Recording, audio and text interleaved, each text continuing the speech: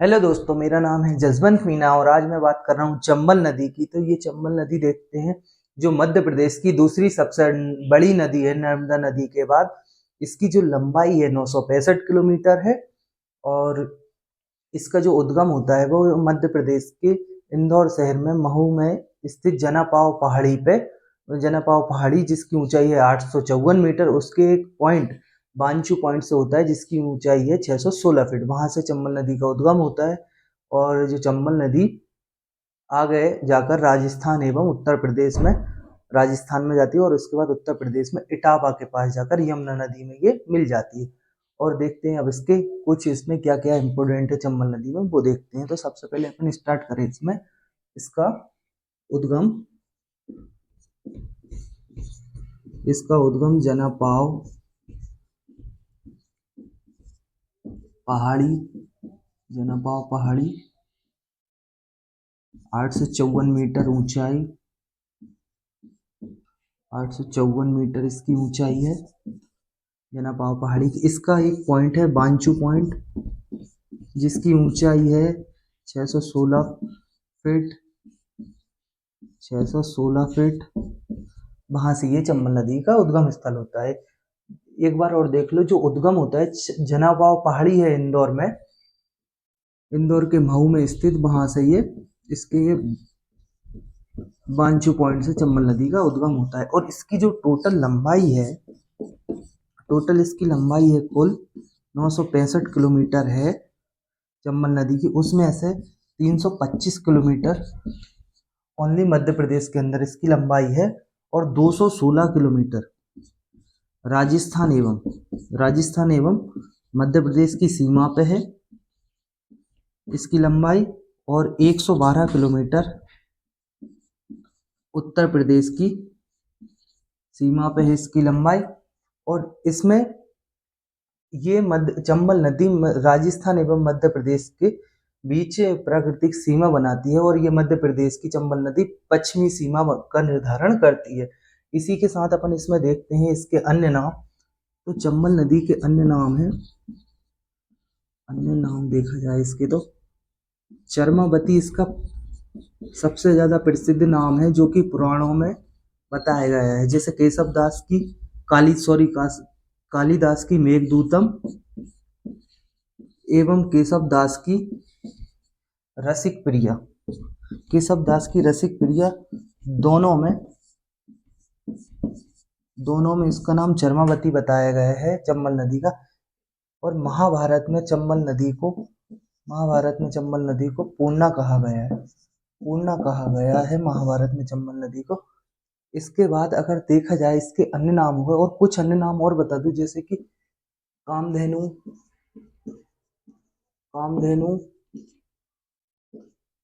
धर्मावती, रतिदेव की कीर्ति,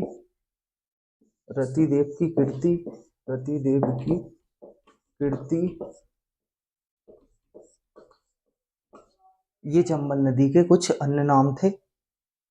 अब इसके बाद इसका देखा जाए तो इस पे सरकार ने 1947 में आजादी के बाद पहली पंचवर्षीय योजना में विचार बनाया कि इस पे एक बिजली उत्पादन के लिए कुछ बांध बनाए जाएंगे। उनमें 4 बांध शामिल थे और जिसमें कि 3 श्रेणियों में बांट दिया गया था। उसमें देखा जाएगा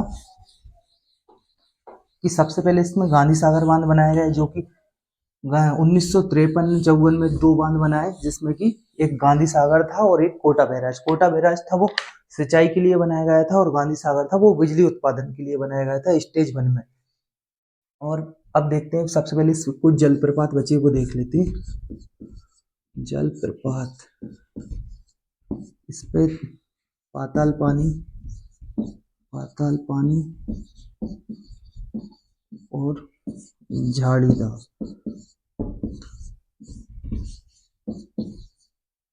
और तीसरा चूलिया जलप्रपात।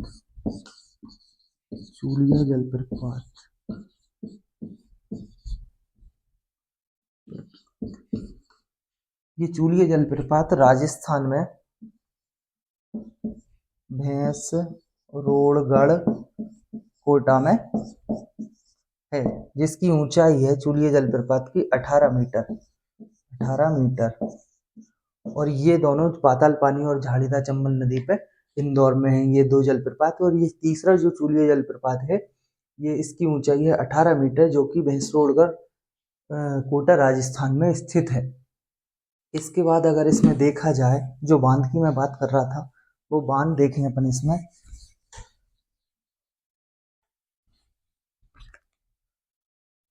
तो बांध सबसे पहले मैंने बताया 1947, और के बाद आज़ादी के बाद जो विचार बनाया गया, तो पहली पंचवर्षीय योजना 1951 में बनाई गई थी, जिसमें ये विचार बना कि बिजली उत्पादन और सिंचाई के लिए चंबल नदी पे कुछ बांध बनाए जाएंगे। तो उनमें सबसे पहले 1953 में दो बांध बनाने की योजना बनाई, जिसमें एक पहला था गांधी सागर और दूसरा कोटा बैराज।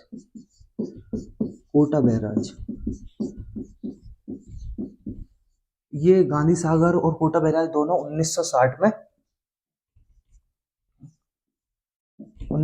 में जाकर इन दोनों को चालू कर दिया गया, इनका उद्घाटन हो गया। तो 1960 में गांधी सागर से बिजली उत्पादन स्टार्ट कर दी गई और कोटा बैराज से सिंचाई के लिए पानी छोड़ा जाने लगा।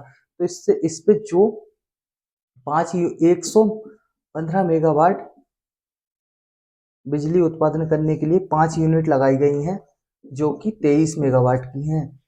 तो इस पे टोटल बिजली उत्पादन 115 मेगावाट की है, पर इसमें फिलहाल अभी में 60 मेगावाट बिजली उत्पादन होती है किस पे, गांधी सागर पे। और इससे सिंचाई के लिए पानी छोड़ा जाता है कोटा बैराज से। और इसके बाद देखा जाए तो 1953 में ये स्टार्ट किया गया था पहली पंचवर्षीय योजना। इसके बाद 1960 में ये दोनों चालू हो गए। और उसके बाद अब देखा जाए सेकंड ये स्टेज वन थी, श्रेणी फर्स्ट में ये हो गया था। इसके बाद सेकंड श्रेणी में देखा जाए तो इस पे सेकंड श्रेणी में देखा जाए तो राणा प्रताप सागर,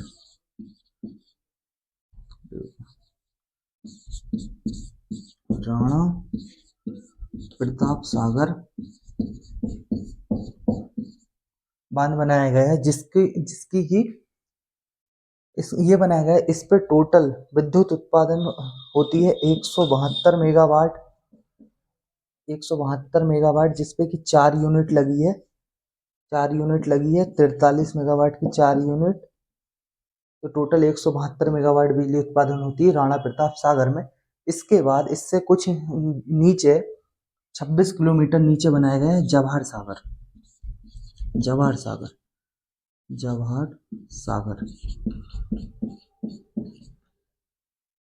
ये है जवाहर सागर बांध, ये बनाया गया है इससे 26 किलोमीटर नीचे। और कोटा शहर से ये बांध है 29 किलोमीटर नीचे, और इससे 26 किलोमीटर नीचे।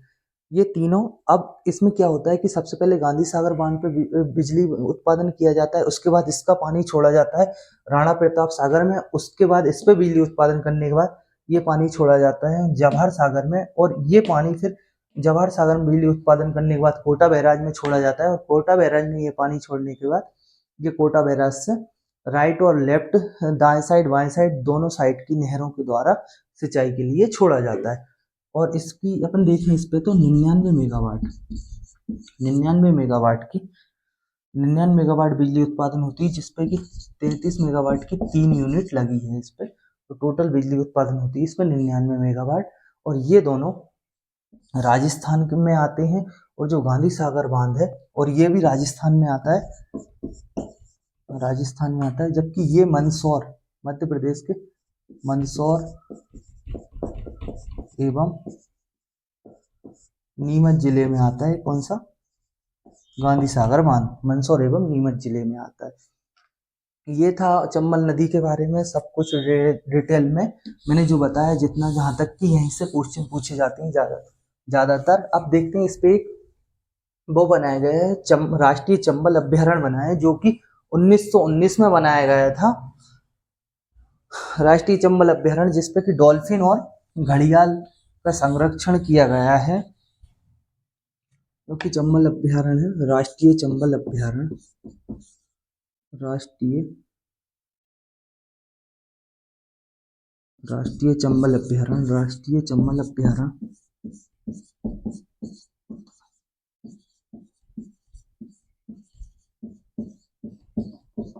ये 1919 में बनाया गया है, 1919 में बनाया गया है। और ये 3 राज्यों राजस्थान, राजस्थान, मध्य प्रदेश, मध्य प्रदेश एवं उत्तर प्रदेश, ये तीनों राज्यों में फैला है राष्ट्रीय चंबल अभ्यारण्य। और इसमें देखा जाए तो डॉल्फिन, डॉल्फिन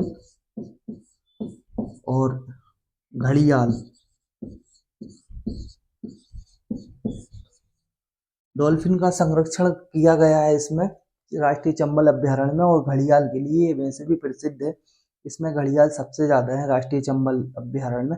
ये था चंबल नदी के बारे में सब कुछ, मुझे जितना पता था मैंने सब कुछ बताया। और यहाँ तक मुझे उम्मीद है यहाँ से क्वेश्चन बन ही जाएंगे। तो अगर आपको वीडियो अच्छी लगी हो तो प्लीज़ लाइक करें, शेयर करें और वीडियो को जितना ज़्यादा हो सके शेयर करें। Thank you.